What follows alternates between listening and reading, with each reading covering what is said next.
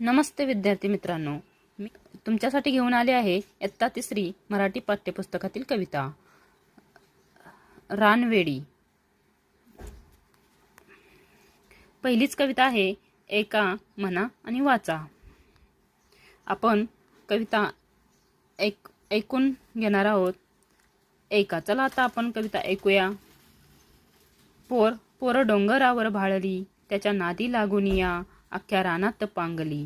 पोर डोंगरावर भाळली, रान गवताची फुलं तिच्या कानामंदी डुलं, रान गवताची फुलं तिच्या कानामंदी डुलं, अन चाईचा मोहर गळ्यामंदी गळसर।